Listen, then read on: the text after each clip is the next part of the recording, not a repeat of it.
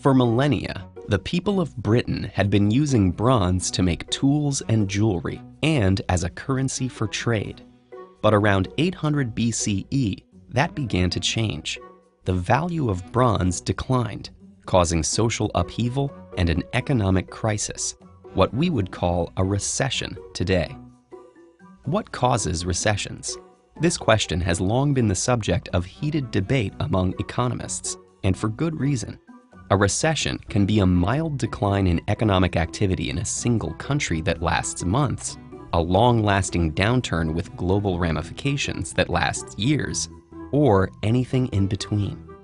Complicating matters further, there are countless variables that contribute to an economy's health, making it difficult to pinpoint specific causes. So it helps to start with the big picture. Recessions occur when there is a negative disruption to the balance between supply and demand. There's a mismatch between how many goods people want to buy, how many products and services producers can offer, and the price of the goods and services sold, which prompts an economic decline. An economy's relationship between supply and demand is reflected in its inflation rates and interest rates. Inflation happens when goods and services get more expensive. Put another way, the value of money decreases. Still, inflation isn't necessarily a bad thing.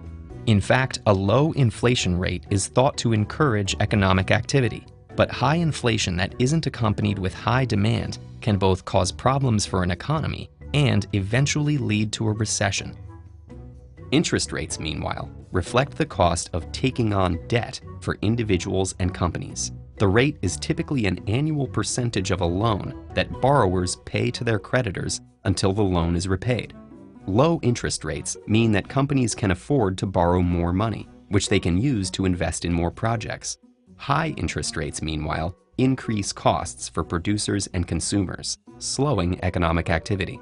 Fluctuations in inflation and interest rates can give us insight into the health of the economy. But what causes these fluctuations in the first place? The most obvious causes are shocks like natural disaster, war, and geopolitical factors.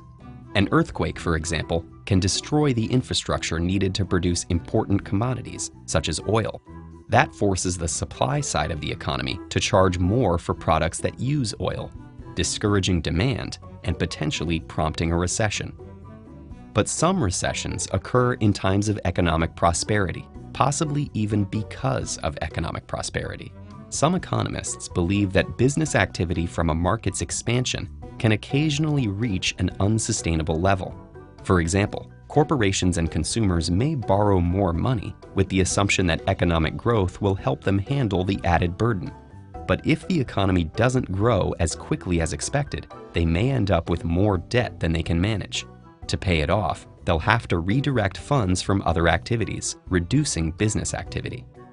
Psychology can also contribute to a recession. Fear of a recession can become a self-fulfilling prophecy if it causes people to pull back investing and spending. In response, producers might cut operating costs to help weather the expected decline in demand. That can lead to a vicious cycle, as cost cuts eventually lower wages, leading to even lower demand. Even policy designed to help prevent recessions can contribute.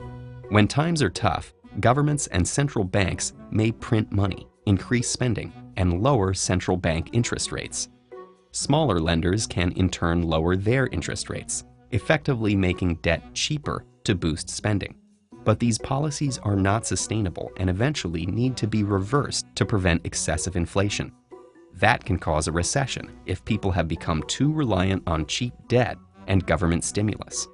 The Bronze Recession in Britain eventually ended when the adoption of iron helped revolutionize farming and food production. Modern markets are more complex, making today's recessions far more difficult to navigate. But each recession provides new data to help anticipate and respond to future recessions more effectively.